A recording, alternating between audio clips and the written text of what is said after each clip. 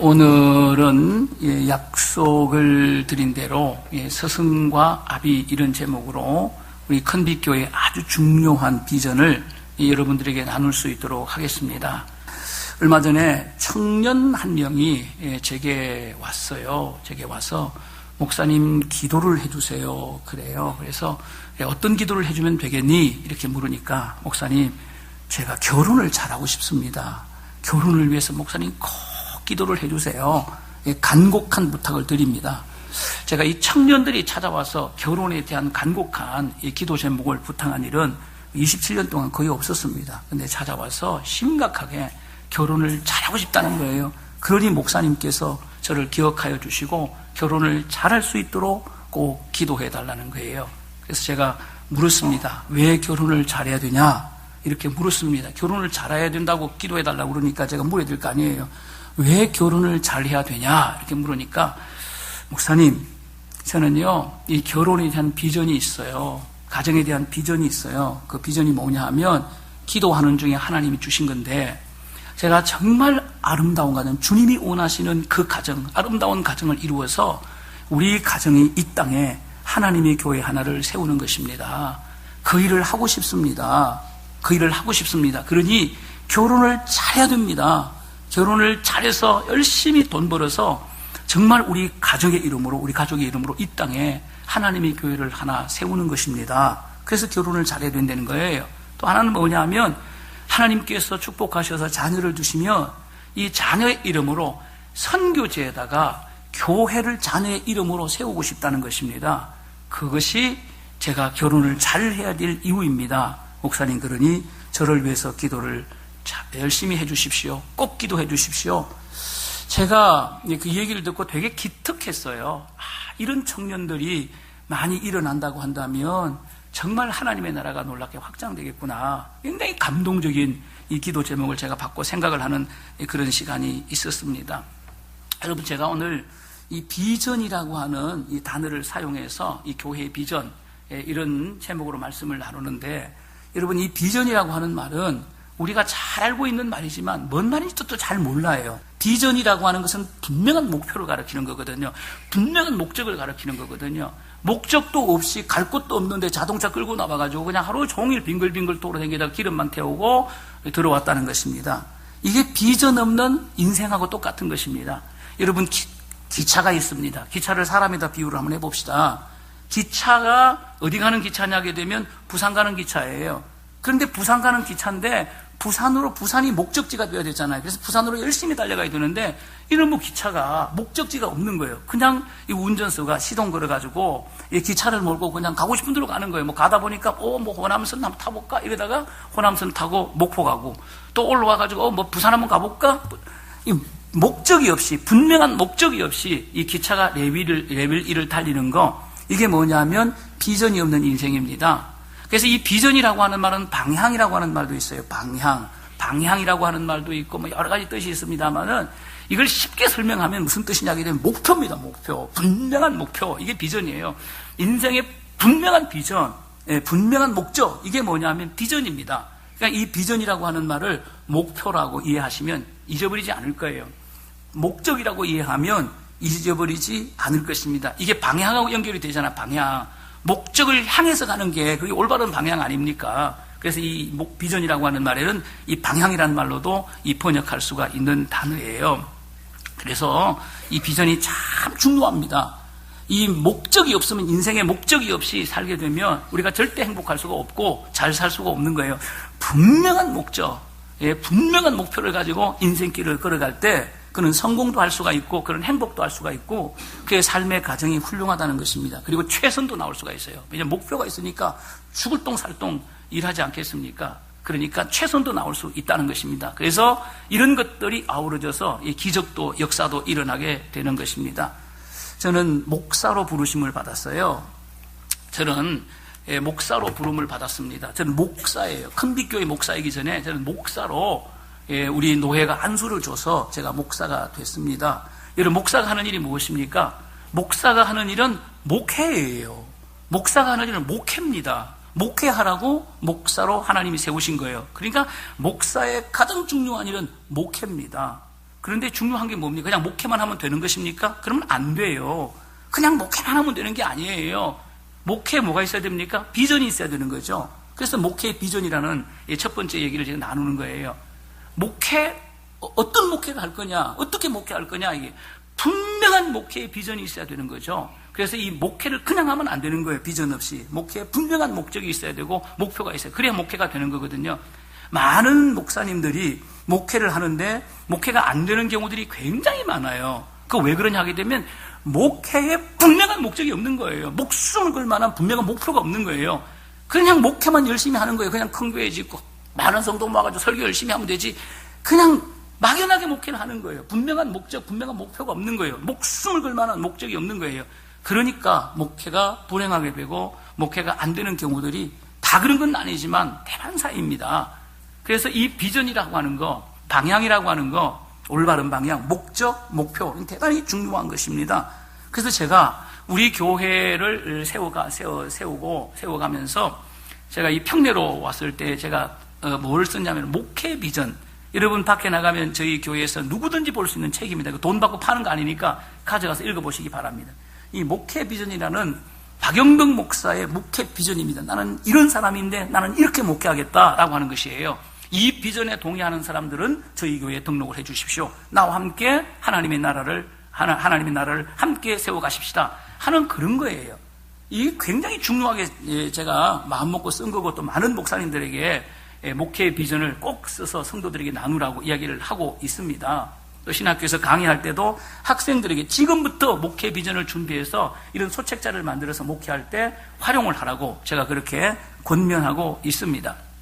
이 책이 한 3만 권 정도 지금 인쇄가 돼서 성도들이 다 읽고 또 많은 사람들이 읽었습니다. 이거를 보고 등록한 사람들이 굉장히 많아요. 이걸 보고 정말 이 교회에 등록해서 이 교회 성도가 돼서 함께 교회를 세워가겠다 하는 사람들이 우리 교회에 굉장히 많습니다. 제가 참 이 잘 쓴 것 자랑하고 싶은 중에 하나가 바로 이 목회 비전입니다. 이 목회 비전을 왜 썼느냐? 목회에 비전이 있어야 돼요. 분명한 목적, 목숨을 걸 만한 목적이 있어야 되고 목표가 있어야 돼요. 그래야 목회가 행복할 수가 있고 목회가 된다라고 하는 것입니다. 그래서 이런 목회 비전을 제가 썼습니다. 사랑하는 여러분, 무엇을 하든지 뭐예요? 목표가 중요해요. 목표가 없으면 다 안 됩니다. 목표가 없이 되는 게 있겠습니까? 된다는 게 뭐예요? 목표를 이루는 거예요. 목적지에 도달하는 거예요. 그게 된다는 거예요. 그런데 목표가 없고 목적지가 없는데 된다는 일이 뭐예요? 된다는 일이 있을 수 있습니까? 되는 일이 있을 수 있습니까? 없지요. 목적을 달성하는 거예요. 그렇잖아요. 목표를 달성하는 거예요. 그게 비전이라고 해요. 그래서 이 무엇을 하든지 목적이 중요하다. 사업을 하는 사람은 사업의 목표, 사업의 비전이 중요하다는 거예요. 도대체 왜 사업을 해야 됩니까? 도대체 왜 돈을 벌어야 됩니까? 이게 나와야 돼. 이게 비전이에요. 왜 돈을 벌어야 되지? 그 돈을 버는 목적이 분명해야 돼요. 내가 왜 부자가 돼야 되지? 부자가 되는 목적이 분명해야 되는 것입니다. 그래야 무엇입니까? 되는 거예요. 그래야 되는 거예요. 그 일을 위해서 목숨을 거는 거예요. 되는 거예요. 사랑하는 여러분, 오늘 성경 보면 이런 말씀이 있어요. 묵시가 없으면 백성이 방자히 행한다. 여기 묵시라고 되어 있는데 영어로는 비전입니다. 비전. 이 비전을 이 묵시라고 번역했어요. 환상으로 번역할 수 있는 단어예요. 어떤 성경은 환상으로 번역했어요. 묵시, 비전, 환상 이런 뜻이에요. 그러니까 비전이 없으면 백성들이 방자히 행한다는 거예요. 여러분 목표가 없으니까 목적이 없으니까 아무렇게나 산단 말이에요. 아무렇게나 산단 말이에요. 여러분 교회도 마찬가지잖아요. 교회도 마찬가지입니다. 교회에 여러분 우리 교회에 분명한 목적이 없고 목표가 없게 되면 교회가 어떻게 되는 것입니까? 교회에 자꾸 문제가 일어나는 거예요. 교회에 자꾸 문제가 일어나고 교회가 막 분열되는 역사들이 일어나는 거예요. 여러분 교회에 문제가 일어나고 분열되는 그 가장 중요한 이유가 뭐냐게 되면 그 교회에 비전이 없는 거예요. 정말 목숨을 걸 만한 분명한 비전, 분명한 목표가 없는 거예요. 그냥 열심히 전도해가지고 사람 모아가지고 열심히 그냥 헌금해가지고 교회 세우고 열심히 설교하고 이거는 비전이 없는 목회예요. 이건 비전이 없는 교회의 모습이에요. 그러니까 절대 성도들이 행복할 수가 없고 목회자도 행복할 수가 없고 그런 교회가 될 수도 없다는 것입니다. 그러면 이 교회의 비전입니다. 오늘 이 본문에 보면 이 교회의 비전을 기록하고 있습니다. 여러분 이것을 잊어버리지 않기를 바랍니다. 첫 번째는 뭐냐면 이 교회의 비전은 많은 무리를 가르치는 스승이 아닙니다. 이거는 비전이 아니에요. 이건 하나님이 원하시는 비전이 아니에요. 많은 무리를 가리키는 거 하나님이 원하시는 비전이 아니에요. 여러분 지금 모든 교회들의 비전이라고 이야기하는 게 뭐예요? 굉장히 세상적이고 세속화된 비전이거든요. 세상적이고 세속화된 비전이 뭐예요? 큰 교회를 짓겠다는 거예요. 그게 비전이에요. 그건 세속화된 비전이에요. 그건 하나님이 원하시는 비전하고 상관이 하나님과 아무 상관없어요. 큰 교회를 짓는다. 그건 하나님하고 아무 상관이 없는 것이에요. 많은 성도들을 끌어모으겠다. 수단과 방법을 가리지 않고 많은 성도들을 끌어모으겠다. 그건 하나님하고 아무 상관이 없는 거예요. 그런 목표를 가지고 있다고 한다면 그것은 영적인 비전이 아니에요. 하나님과 관계없는 비전이에요. 이건 세속적인 비전이에요. 이건 비전이 아니에요. 비전이 아니에요. 여러분, 교회의 비전은 많은 무리를 가르치는 서성이 아닌 것입니다. 제가 이 가까이에 어떤 유명한 목사님이 교회를 개척했어요. 그래서 제 친구라서 만났어요. 교회를 개척하고 걔가 저희 집사람하고 함께 만나서 밥을 먹었어요. 근데 친구가 제게 그러더라고요. 내가 5,000명을 모으겠다고 그러더라고요. 5,000명. 5,000명을. 제가 깜짝 놀랐습니다. 5,000명을 모으겠다고. 5,000명을 모을 수 있는 능력이 있는 사람이에요. 아주 유명한 사람이에요. 여러분, 5,000명을 모으는 게 교회의 비전입니까? 여러분, 이렇게 가면 교회가 안 되게 돼 있어요. 그래서 그 교회 안 됐어요. 문 닫았어요. 망했어요. 여러분, 이건 비전이 아니에요. 하나님과 상관이 없어요. 10,000명을 모으겠다. 내가 목회를 하면서 내가 5,000평에 50,000평에 내가 교회를 세우겠다. 여러분, 이태리 대리석을 갖다 붙이겠다. 이거는 교회 비전은 아니에요. 이거는 세속적인 거예요. 하나님과 상관없는 비전이에요. 여러분, 많은 무리를 가르치는 거, 큰 교회를 지어서 많은 성도들을 모아가지고 여러분 많은 성도들을 가르치는 거, 이게 뭡니까? 서성이에요. 서성. 여러분, 서성은요 교회 비전이 아니에요. 이거는 세상적인 비전이에요. 여러분, 교회의 비전은 뭐냐면 또 다른 교회를 낳는 아비가 되는 거예요. 그래서 오늘 본문에 바울이 이야기한 두 종류의 굉장히 중요한 단어가 있어요. 하나는 뭡니까? 서성이라는 단어예요. 하나는 아버지라는 단어예요. 아비라는 단어예요. 아비. 서성과 아비라는 단어예요. 이 대단히 중요한 거예요. 서성은 하나님의 비전이 아니에요. 아비는 하나님의 비전이에요. 하나님의 비전. 하나님의 비전이라고요. 그래서 성경은 말합니다. 1만 서성이 있을 때 많은 서성이 있다는 거예요. 많은 교회가 이 서성이라는 비전을 가지고 있다는 거예요. 세속화된 비전을 가지고 있다는 거예요. 큰 교회에 지어서 많은 성도 모으겠다는, 그래서 많은 성도들을 가르치겠다는, 많은 성도들 앞에 설교하겠다는 이런 세속적인 비전을 가지고 있다는 거예요. 이건 하나님의 비전이 아니라는 거예요. 많은 서성이 있다.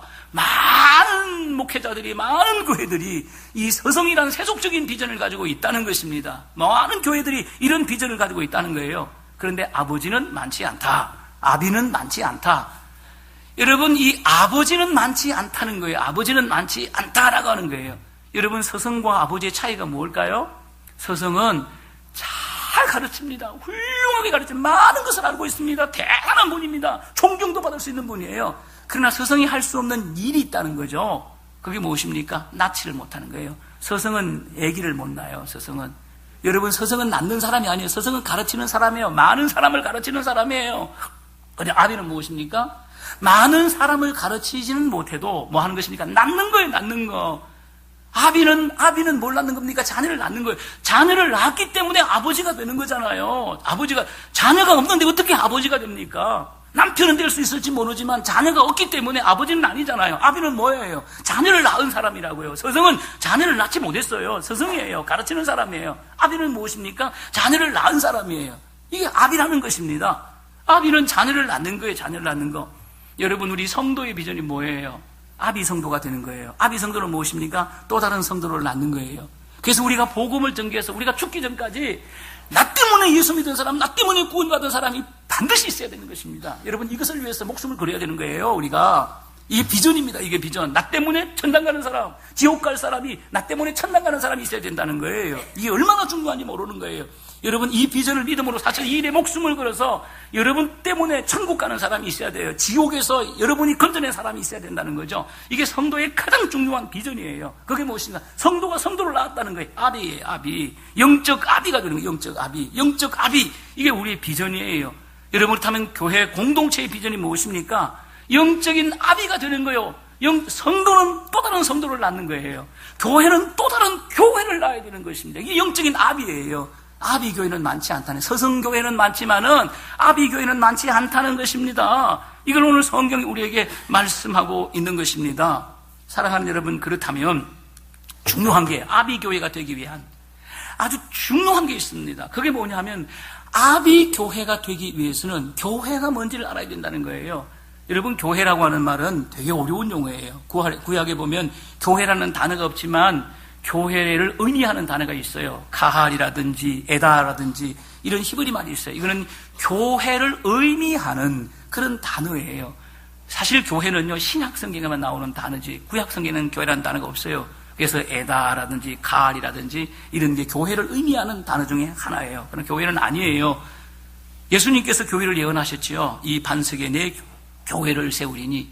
예수님께서 교회가 이 땅에 태어날 것을 예언했어요. 사도들에게 너희들로 말미암아 이 땅에 교회가 태어날 것을 예언했어요. 그래서 사도들로 말미암아 처음으로 태어난 교회가 예루살렘 교회예요. 교회. 이 교회를 에클레시아라고 그러잖아요. 에클레시아가 뭐예요? 되게 어려운 용어예요. 신비한 공동체잖아요. 교회가 신비한 영적인 공동체잖아요. 어떻게 에클레시아 그리스도인의 모임 이렇게 한마디로 끝낼 수가 있겠어요? 굉장히 깊은 신비한 공동체인데 이걸 어떻게 한마디로 에클레시아를 한마디로 표현할 수가 있겠어요? 표현할 수가 없어요. 그렇기 때문에 이 교회가 뭐냐 이걸 고민하던 학자들, 사상가들은 이걸 고민하기 시작하는 도대체 이 신비한 영적인 교회가 에클레시아 공동체가 뭐냐 하는 것이. 그래서 이 바울 다음으로 가장 위대한 기독교 사상가가 있습니다. 바울 다음으로 가장 위대한 신학자가 있습니다. 이 신학의 기초를 놓은 분이죠. 이분이 누구냐 하게 되면 어거스틴입니다. 약 300년 시대의 사람이거든요.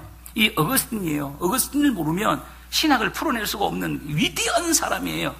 여러분, 이분이 이 교회 에클레시아 공동체가 뭐냐 이걸 고민하다가 이렇게 얘기하는 거예요. 교회는 창녀다.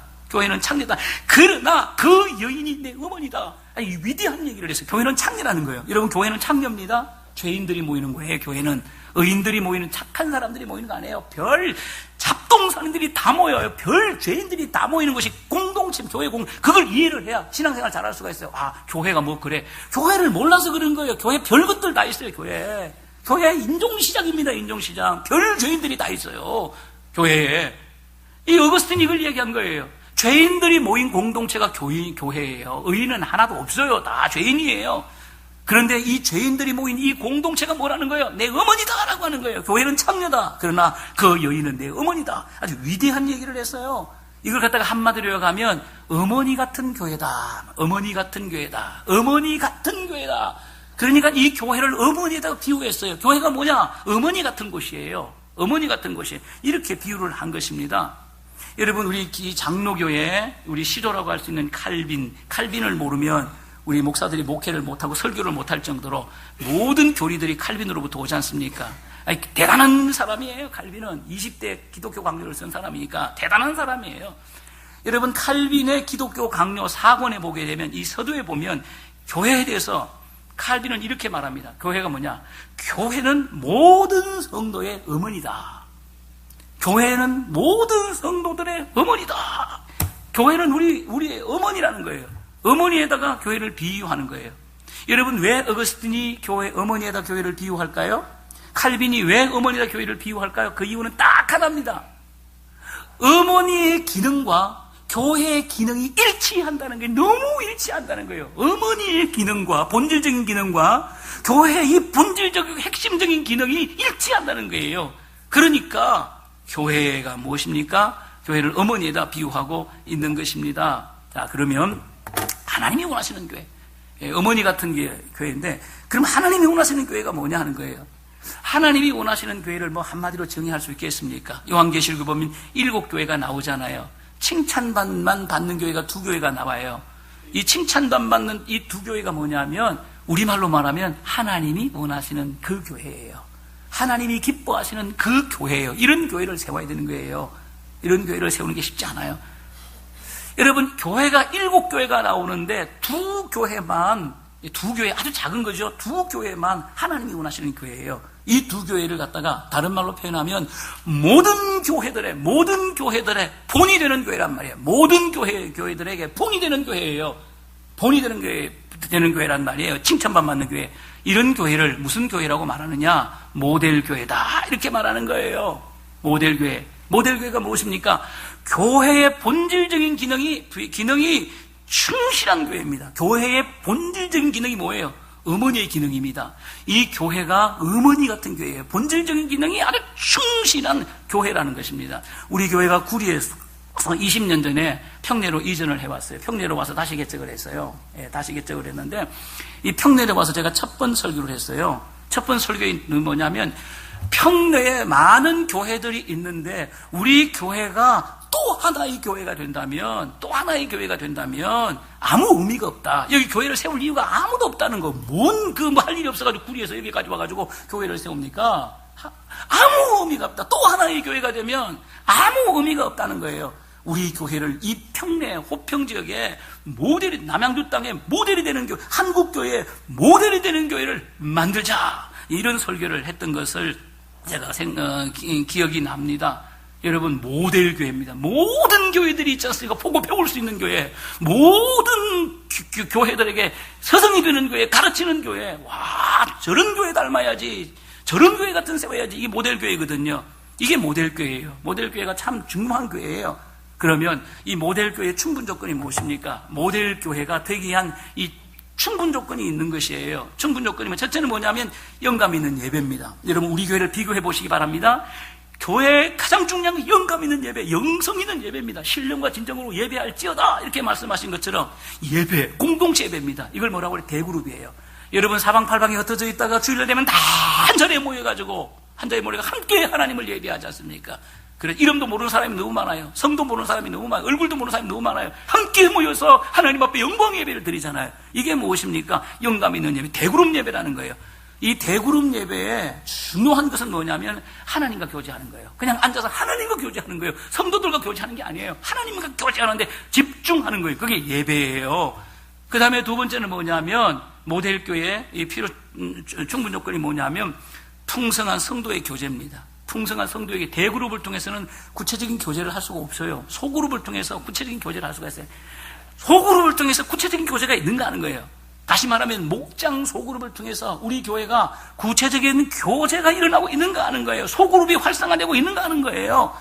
이 소그룹, 여러분, 이 교제는 뭐냐면 성도와의 교제입니다. 예배는, 대그룹 예배는 하나님과의 교제에 초점을 맞추는 것이고, 그 다음에 소그룹 예배는 성도가 서로 사랑하는 거예요. 서로 사랑하라. 이게 교제입니다.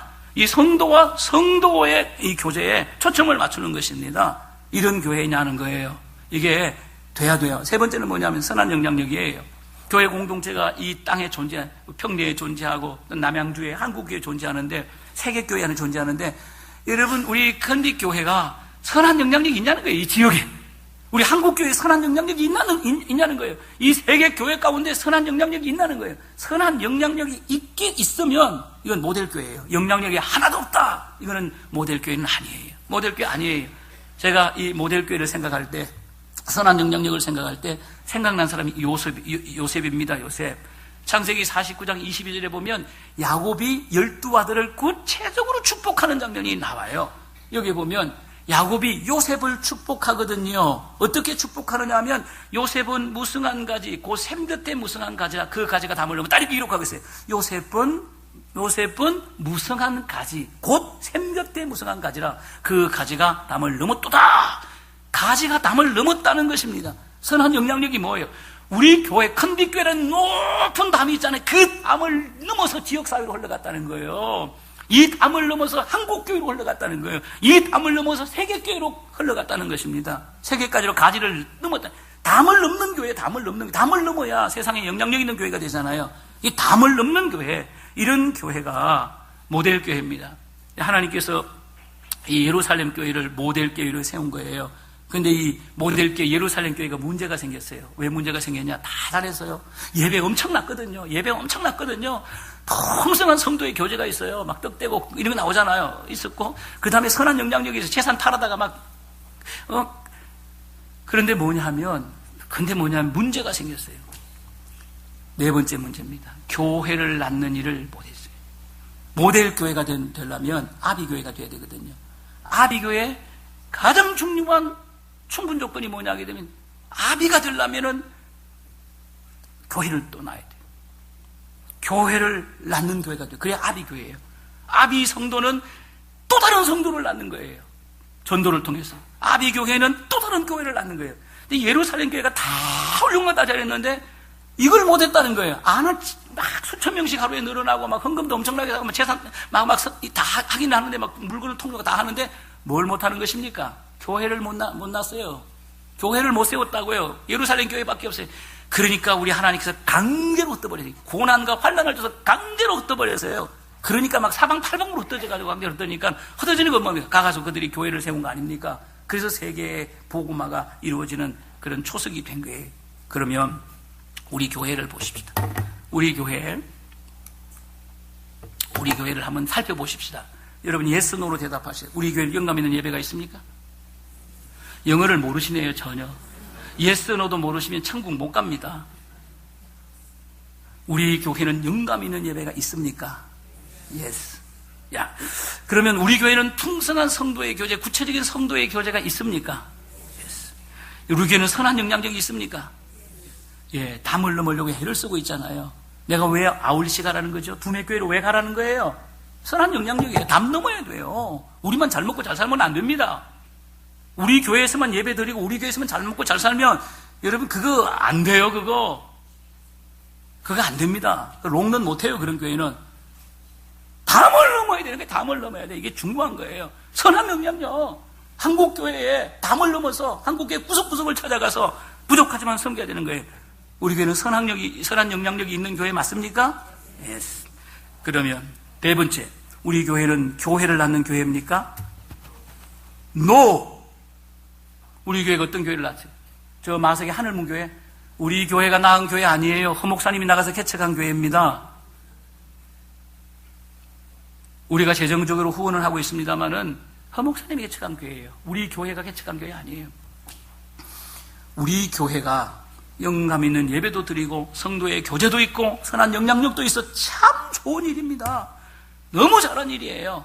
이 세 가지도 못한 교회가 있는데, 근데 우리 교회의 가장 결정적인 흠은 뭐냐면 아비교회가 아니라는 거. 서성교회 아비교회가 아니라는 거. 성경이 오늘 우리에게 말씀하고 있는 거예요. 또 다른 교회를 낳는 일은 27년 동안 못했다는 거예요.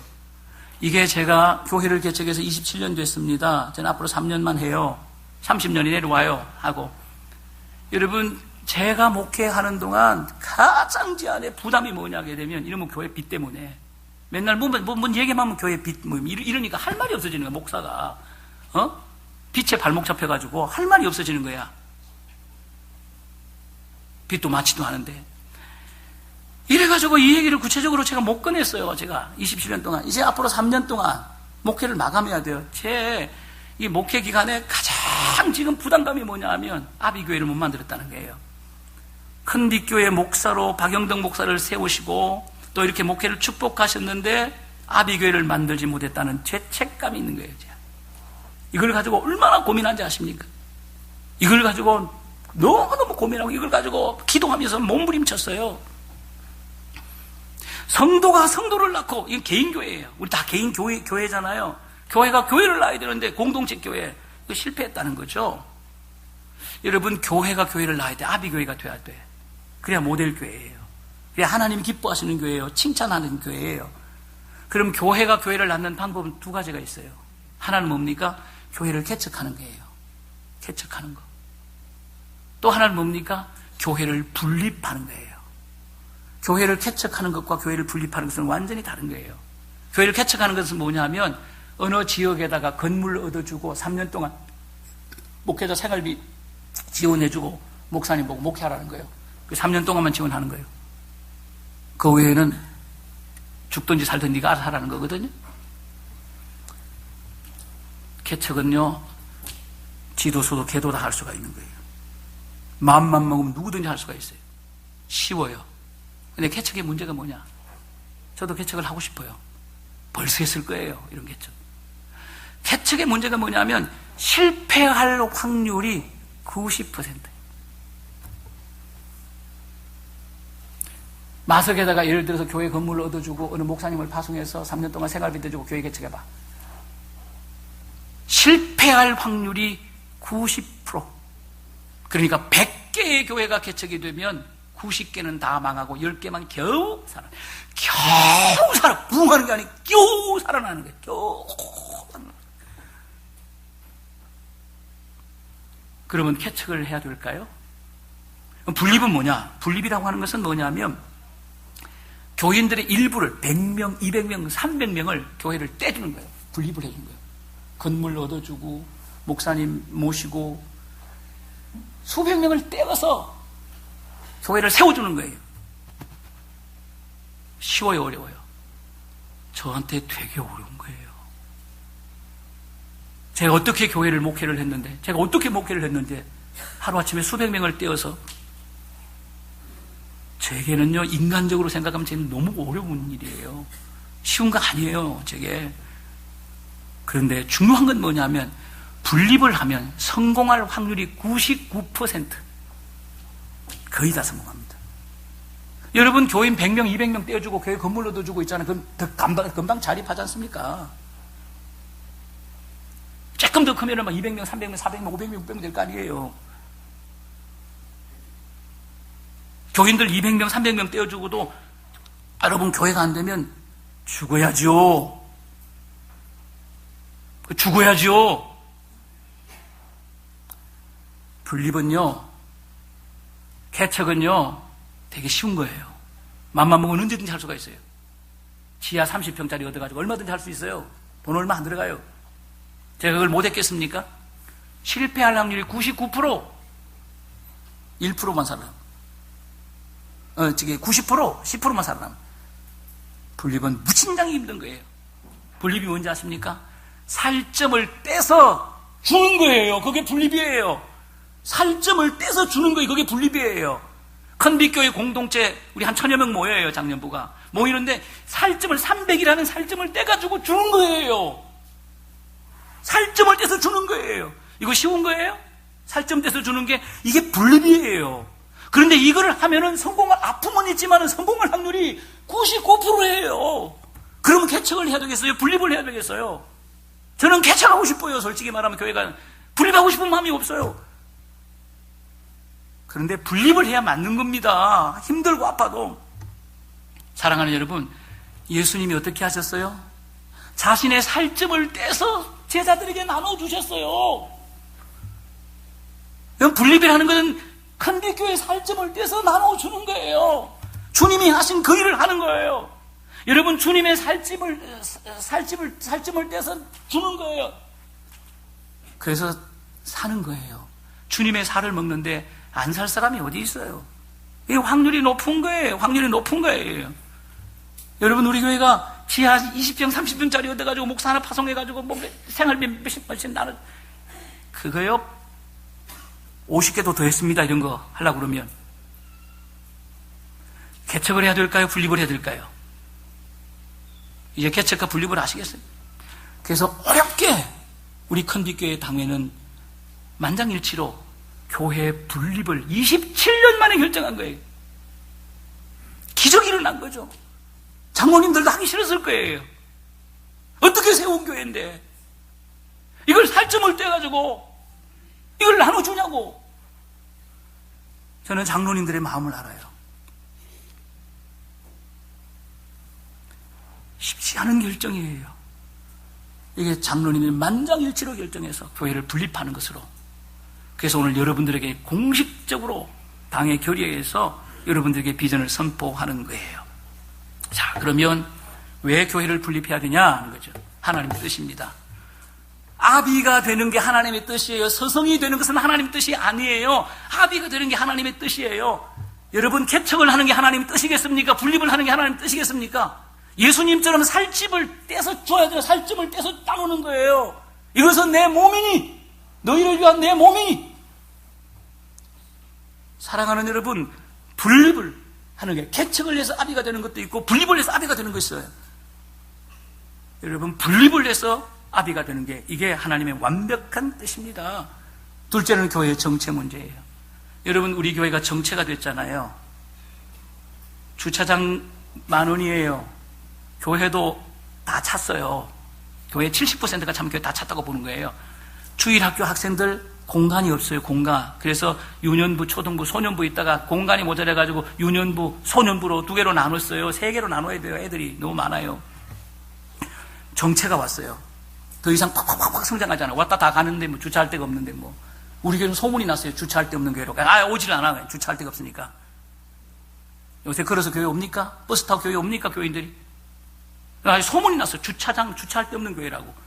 어떻게 보면 좋은 소문 같기도 하고, 어떻게 보면 진짜 힘든 소문 같기도 하고. 그러니까 차 타고 올 생각을 하는 거예요. 아예 안 오는 거예요. 정체. 조금씩 성장을 하지만 팍팍 성장을 하지 않는 거예요. 우리 교회가. 정체가 계속되면 무슨 일이 벌어지느냐? 정체가 계속 내적인 문제가 생겨요. 1000명이 5년만 계속되면 교회에 문제가 생깁니다. 반드시 문제가. 한국 교회는 문제가 생겨가지고 교회들이 막 분열하는 거 왜 그런지 아십니까? 교회가 성장을 안 하니까, 정체가 되어 있으니까. 교회의 가장 큰 문제는 정체입니다. 정체가 되면 교회에 문제가 생기면 교회가 깨지는 거예요. 그래서 교회가 분열하는 거예요. 교회가 망하는 거예요. 교회가 지옥이 되는 거예요. 이게 지금 한국교회 현상이에요. 왜 분열이 많습니까? 교회가 성장하지 않고 교회가 정체가 되니까 막 문제가 생기는 거예요. 지들끼리 싸우고 그러는 거예요. 막 회계문이 싸움하고 이러는 거예요. 교회가 막 깨지는 거예요. 교회가 지옥이 되는 거예요. 그래서 그냥 예수 안 믿는다고 그러고 있지 않습니까? 가나안 성도가 가나안 안 나가. 교회 안 나가. 가나안 성도를 안 나가. 성도 왜 안 나가 이러면서 교회 안 다니는 거예요. 이런 성도들이 너무너무 많은 거예요. 어떻게 해야 되겠어요, 여러분? 지금 이 정체 문제를 해결하는 방법은 분립밖에 없습니다. 분립밖에 없는 것입니다. 그리고 우리 교회가 분립을 대할 중요한 이유가 뭐냐면 평내 지역의 상황이 변화가 됩니다. 앞으로. 여러분, 서울 리조트에 우리가 그 예배를 1년 동안 드린 서울 리조트에 한 2,900세대 정도 고급 아파트가 들어와요. 우리 교회 옆에 동양 8학원 고급 아파트가 들어와요. 또 교회 옆에도 한 200세대가 들어와요. 그리고 조금 있게 되면은 저 공장이 있죠. 저기 공장 다 지금 거기 또 아파트가 들어올 거예요. 그러면 거의 10,000세대 가까이 들어옵니다. 지금 6,000세대가 들어와요. 그거 말고도. 그러면 이게 3년 안에 들어옵니다. 우리 교회가 지금 분립 안 하면 지금도 공간이 없고 주차장이 없는데 어떻게 수용하겠습니까? 어떻게 수용하겠습니까? 그릇이 있어야 차지요. 그릇을 만들어야 차지요. 제가 단언하건대 우리 교회가 분립해서 200명, 마석에 한 300명 정도 되더라고요. 조사를 해보니까 200명에서 300명 정도의 교회를 분립해주게 되면 우리 교회 3년 안에 다 찹니다. 죄송합니다. 남는 장사를 왜 안 하려고 그래요? 이런 장사를 왜 안 하려고 그래요? 바보 아니야, 바보. 바보 천치들 아니야. 사랑하는 여러분, 우리 교회는 지금 정책이에요. 분립이 답이에요. 오늘 말씀을 한 번 더 큰 소리로 읽겠습니다. 다 같이 시작. 안에서 1만 서성이 있으되 아버지는 많지 아니하니 그리스도 예수 안에서 내가 복음으로써 너희를 낳았음이라. 그러므로 내가 너희에게 권하노니 너희는 나를 본받는 자가 되라. 이렇게 말씀하십니다. 뭐라고 말씀하십니까?